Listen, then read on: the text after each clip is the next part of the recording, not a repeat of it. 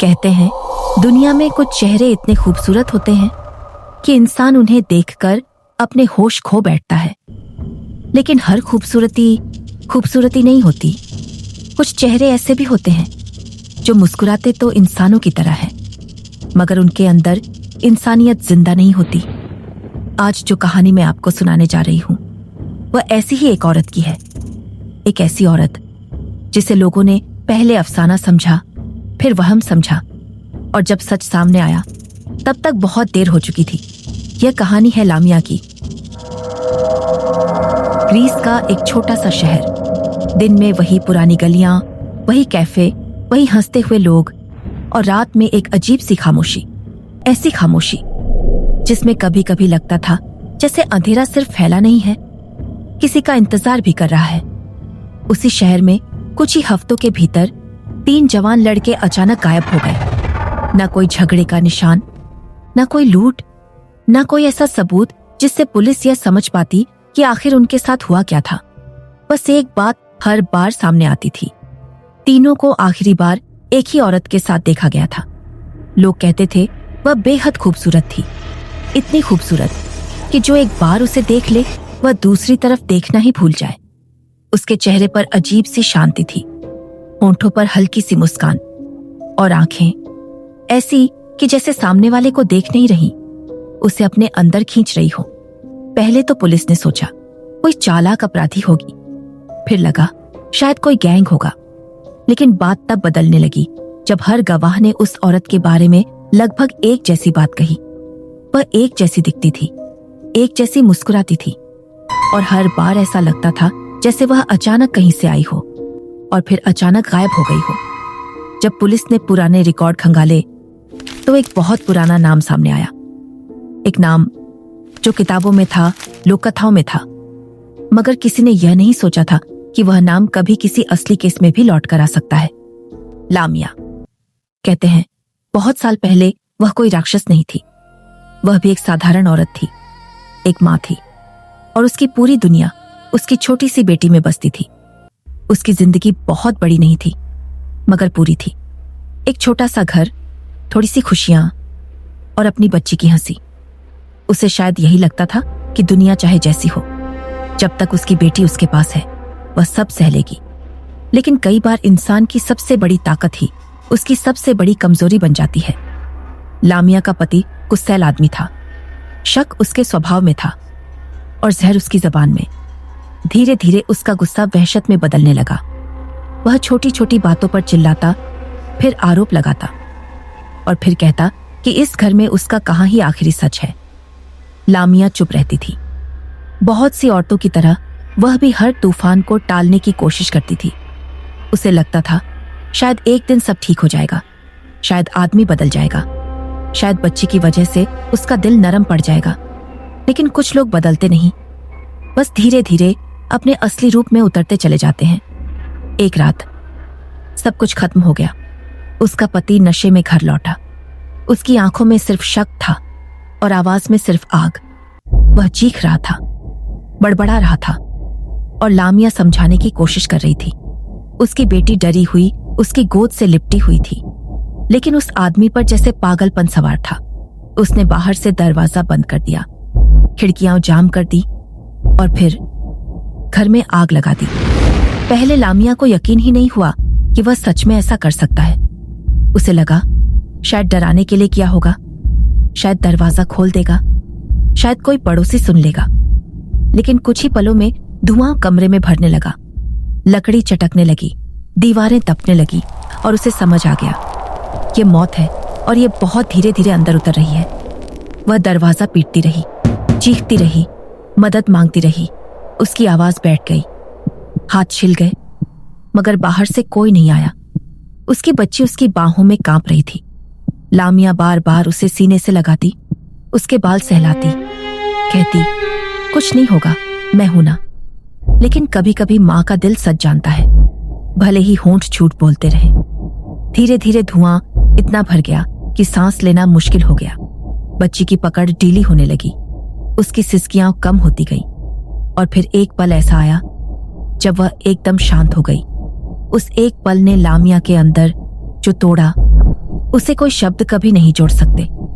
उसने अपनी बेटी को झिंझोड़ा, पुकारा, रोई, गिड़गिड़ाई, लेकिन उसकी गोद में अब सिर्फ एक ठंडा बुझा हुआ शरीर था। आग बाहर जल रही थी और उसके अंदर कुछ उससे भी ज्यादा भयानक जल उठा था।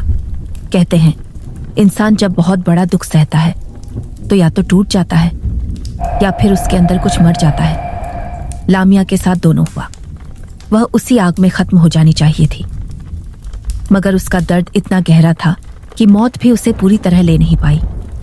उसने अपनी मरी हुई बच्ची को सीने से लगाकर आखिरी बार कहा था, मैं तुम्हें अकेला नहीं छोड़ूंगी। शायद वही वादा श्राप बन गया। जब आग बुझी तो लोग राख के बीच लाशें ढूंढ रहे थे, लेकिन वहां अजीब बात यह थी कि बच्ची की जली हुई हड्डियां तो मिली, मगर लामिया का शरीर नहीं मिला, जैसे वह आग में जली नहीं, आग के साथ बदल गई हो। उस रात के बाद शहर में अजीब बातें होने लगी। कुछ लोगों ने कहा उन्होंने देर रात एक औरत को सड़क किनारे खड़े देखा है। कुछ ने कहा वह पहले मदद मांगती है, फिर मुस्कुराती है और फिर आदमी उसके पीछे पीछे चला जाता है। कुछ ने कहा उसके पास जाते ही अजीब ठंड महसूस होती है, जैसे अचानक शरीर से गर्मी निकल गई हो। और कुछ ऐसे भी थे जिन्होंने कसम खाकर कहा कि उन्होंने उसका असली रूप देखा है, मगर इतना कहने के बाद वे खुद कांपने लगते थे। कहते हैं ऊपर से वह अब भी एक खूबसूरत औरत दिखती थी, लेकिन वह सिर्फ उसका चेहरा था। उसका असली शरीर अब वैसा नहीं रहा था। उसका निचला हिस्सा इंसानी नहीं था, लंबा, ठंडा, सांप की तरह सरकता हुआ। वह चलती नहीं थी, फिसलती थी। उसकी उंगलियां इंसानी थीं, मगर स्पर्श में जिंदगी नहीं, बर्फ थी। और उसकी आंखें, उनमें सबसे ज्यादा डरावनी बात यह नहीं थी कि वे काली हो जाती थीं। सबसे डरावनी बात यह थी कि जो भी उनमें देखता वह अपने अंदर का खालीपन महसूस करने लगता, जैसे वह उसकी आत्मा में घुसकर वही जगह ढूंढ लेती थी जहां दर्द, अकेलापन या टूटन छिपी हो। शायद इसी वजह से वह अक्सर उन्हीं लोगों को चुनती थी जो भीतर से कहीं ना कहीं अकेले होते थे। अब लौटते हैं 2018 पर। पहला लड़का आदित्य भारत से घूमने आया था। उम्र कम थी, दिल बेचैन था और दुनिया उसे बहुत बड़ी लगती थी। उस रात वह बस होटल से बाहर थोड़ा टहलने निकला था। रात साफ थी, हवा ठंडी थी और सड़कें लगभग खाली। तभी उसने उसे देखा। वह एक पुरानी इमारत के पास खड़ी थी। काले बाल, हल्की मुस्कान और ऐसा चेहरा जैसे किसी ने रात को इंसानी रूप दे दिया हो। उसने आदित्य को देखा और बस इतना पूछा, तुम रास्ता भटक गए हो क्या? आदित्य शायद चाहता तो आगे बढ़ सकता था, लेकिन कुछ चेहरे ऐसे होते हैं जो इंसान को रोक लेते हैं। वह रुक गया। फिर 2 बातें हुई, फिर वह उसके साथ चलने लगा। उसके बाद आदित्य कभी नहीं मिला। जब पुलिस ने सीसीटीवी देखा तो आदित्य साफ दिख रहा था, मगर उसके साथ चल रही औरत का चेहरा हर फ्रेम में धुंधला पड़ रहा था, जैसे कैमरा उसे पकड़ना ही नहीं चाहता हो या शायद पकड़ नहीं पाता हो। 3 दिन बाद दूसरा लड़का गायब हुआ, फिर कुछ दिन बाद तीसरा। अब शहर में डर फैल चुका था। पुलिस को इन बातों पर भरोसा नहीं था, कम से कम शुरुआत में तो नहीं। लेकिन जब कोई अपराधी कोई निशान ही न छोड़े, तब कानून भी अंधविश्वास के दरवाजे तक पहुंच जाता है। एक रात पुलिस ने जाल बिछाया। सादे कपड़ों में एक जवान अधिकारी उस इलाके में निगरानी कर रहा था जहां वह औरत कई बार देखी गई थी। करीब आधी रात के बाद उसने उसे देखा। वह सड़क के किनारे खड़ी थी, शांत, बिल्कुल निश्चल, जैसे उसे पता हो कि कोई उसे देख रहा है और फिर भी उसे कोई जल्दी नहीं है। थोड़ी दूर एक युवक फोन देखते हुए चला जा रहा था। वह औरत धीरे धीरे उसकी तरफ बढ़ी। अधिकारी भी उसके पीछे बढ़ा। वह बस कुछ ही कदम दूर था जब वह औरत रुकी और धीरे धीरे मुड़ी। उसने सीधे अधिकारी की आंखों में देखा। बाद में उस अधिकारी ने बस इतना कहा था कि उस एक पल में उसे लगा जैसे उसके सिर के अंदर की सारी आवाजें बंद हो गई। ना सड़क की आवाज, ना हवा, ना अपने कदमों की, बस एक अजीब सी खामोशी। और उस खामोशी के बीच वह चेहरा। उसे लगा वह हिलना चाहता है, मगर उसका शरीर उसकी बात नहीं मान रहा, जैसे उसकी मर्जी किसी ने कुछ सेकंड के लिए उधार ले ली हो। और उतने ही समय में वह औरत उस युवक को अपने साथ लेकर अंधेरे में उतर गई। कुछ हफ्तों बाद पहली बार कुछ बदला। एक लड़का जिंदा वापस मिला। वह एक वीरान जगह पर मिला था। कपड़े कीचड़ से भरे हुए, आंखें सूजी हुई, होंठ सूखे और चेहरा ऐसा जैसे कई रातों से सोया ना हो। कई घंटे बाद जब उसने पहली बार बोलना शुरू किया तो कमरे में मौजूद हर आदमी का चेहरा बदल गया। उसने बहुत धीमी आवाज में कहा, वह पहले बिल्कुल इंसान जैसी लगती है। जब वह तुम्हारे पास आती है ना तो पहले डर नहीं लगता। अजीब बात है, पहले डर नहीं लगता, जैसे कोई तुम्हें समझ रहा है, जैसे उसे पता है कि तुम अंदर से कितने अकेले हो। कमरे में सन्नाटा था। वह लड़का आगे बोला, वह मुझे एक पुराने खंडहर जैसे घर में ले गई। बाहर से वह जगह टूटी हुई थी, लेकिन अंदर जाते ही लगा जैसे मैं किसी और दुनिया में आ गया हूं। वहां बहुत ठंड थी, इतनी ठंड कि सांस के साथ सीना दुखने लगता था। मैंने उससे पूछा, तुम कौन हो? तो वह बस मुस्कुराई। फिर उसने मेरा चेहरा छुआ और उसी पल मुझे लगा कि मेरे पैरों के नीचे की ताकत चली गई। मैं उसे देख रहा था और तभी उसका चेहरा बदलने लगा। उसकी आवाज यहीं आकर टूट गई। काफी देर बाद उसने फिर कहा। उसकी आंखें काली हो गईं, पूरी की पूरी, और उसके नीचे जहां इंसान के पैर होने चाहिए वहां लंबा, ठंडा, सांप जैसा शरीर था। वह मेरी तरफ झुकी और बोली, डरो मत, अब तुम अकेले नहीं रहोगे। मैं भागना चाहता था, मगर मेरा शरीर जैसे पत्थर हो गया था।